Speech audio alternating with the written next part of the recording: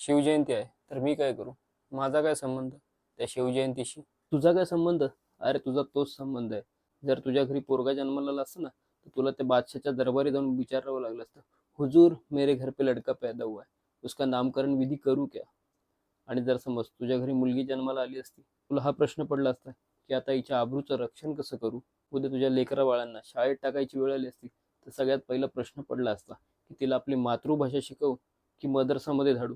आज तुझे निर्दस्त कामाला जातोस ना आणि विचार करतो की माझं कुटुंब सुरक्षित आहे, तर तुला विचार करावा लागला असता की माझं कुटुंब नक्की सुरक्षित आहे ना? उद्या तुझ्या घरी एखादी पूजा असती, एखादा समारंभ असता, तर तिकडे बादशाहच्या दरबारी जाऊन हुजुरी करावी लागली असती, तर विचारावं लागलं असतं की हुजूर मेरे घर पे ये पूजा है, मैं प्रसाद बांटू क्या?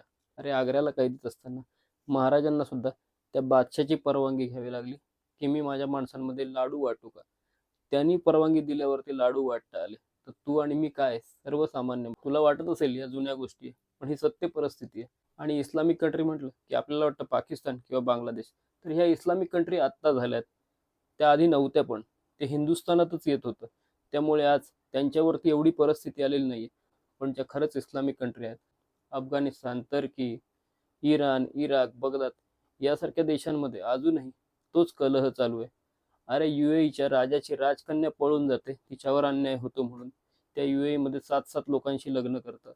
कोण शिक्षिकेशी, तिकडच्या स्टुडंटशी, तिकडच्या स्टाफशी एकत्र लग्न करतात. अशी परिस्थिती आपल्यावर तरी अजून आलेली नाही. त्या अफगाणिस्तानमध्ये त्यांच्या क्रिकेटरला क्रिकेट खेळण्यासाठी त्यांच्या कॅप्टनला खर्च करावा लागतो. हे तर मेल सोबत झालं. फिमेल सोबत फिमेल क्रिकेट टीम पळून जाते आणि ऑस्ट्रेलियाच्या सपोर्टनी आता पुन्हा क्रिकेट खेळायला लागते. मधल्या काळामध्ये फिमेल टीमनी कोणी वेटरचं काम केलं, कोणी कसलं काम केलं आणि हे सगळं करून कसं तरी गुजारा केला. ही वेळ तरी आपल्यावर आली नाही ना. ही वेळ आपल्यावर आली नाही ती आपल्या महाराजांमुळे. जर आपले थोरले छत्रपती आणि धाकले छत्रपती अजून थोडे काळ जिवंत राहिले असते, तर आपल्या हिंदुस्थानामध्ये इंग्रज आणि पोर्तुगीजांना सुद्धा पाय पसरू दिले नसते. हे आपलं दुर्भाग्य आहे. थोरल्या महाराजांना आणि धाकल्या महाराजांना आपल्याच माणसांपासून धोका झाला, तर अजूनही आपण आपल्याच माणसांना धोका निर्माण करतो. तर आता तरी सुधरा आणि विचार करा की मला काय करायचंय? अरे आपल्यालाच सगळं करायचंय.